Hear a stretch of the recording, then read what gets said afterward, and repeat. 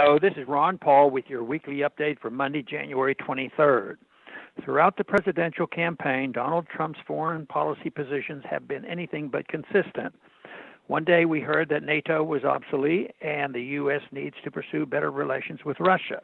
But the next time he spoke, these sensible positions were abandoned or an opposite position was taken. Trump's inconsistent rhetoric left us wondering exactly what kind of foreign policy he would pursue if elected. The president's inaugural speech was no different. On the one hand, it was very encouraging when he said that under his administration, the U.S. would seek friendship and goodwill with the nations of the world, and that he understands the right of all nations to put their own interests first. He sounded even better when he said that under Trump, the U.S. world would not seek to impose our way of life on anyone, but rather to let it shine as an example. We will shine for everyone to follow. That truly would be a first step toward peace and prosperity. However, in the very next line, he promised a worldwide war against not a country, but an ideology, when he said he would, quote, unite the civilized world against radical Islamic terrorism, which we will eradicate from the face of the earth, close quote.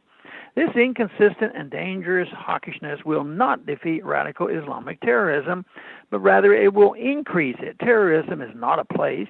It's a tactic in reaction to invasion and occupation by outsiders, as Professor Robert Pate explained in his important book, Dying to Win.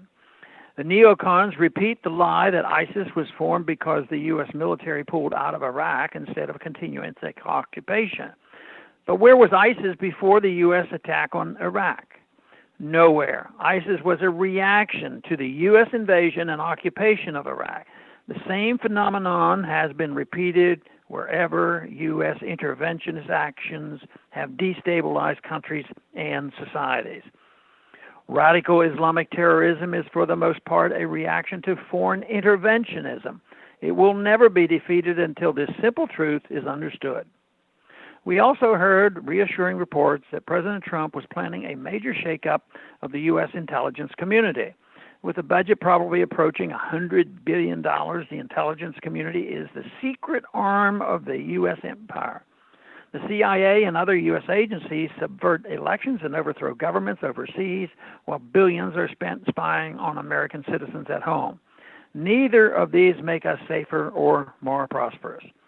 But all the talk about a major shakeup at the CIA under Trump was quickly dispelled when the president visited the CIA on his first full working day in office. Did he tell them a new sheriff was in town and that they would face major and long overdue reform? No, he merely said he was with them 1,000%. One reason Trump sounds so inconsistent in his policy positions is that he does not have a governing philosophy. He is not philosophically opposed to a U.S. military empire, so sometimes he sounds in favor of more war, and sometimes he sounds like he opposes it. When President Trump, in this case, be more influenced by those he has chosen to serve him in senior position, we can hope not. Judging from their hawkishness in recent Senate hearings, Trump cannot be for war and against war simultaneously. Let us hope that once the weight of the office settles on him, he will understand that the prosperity he is promising can only come about through a consistently peaceful foreign policy.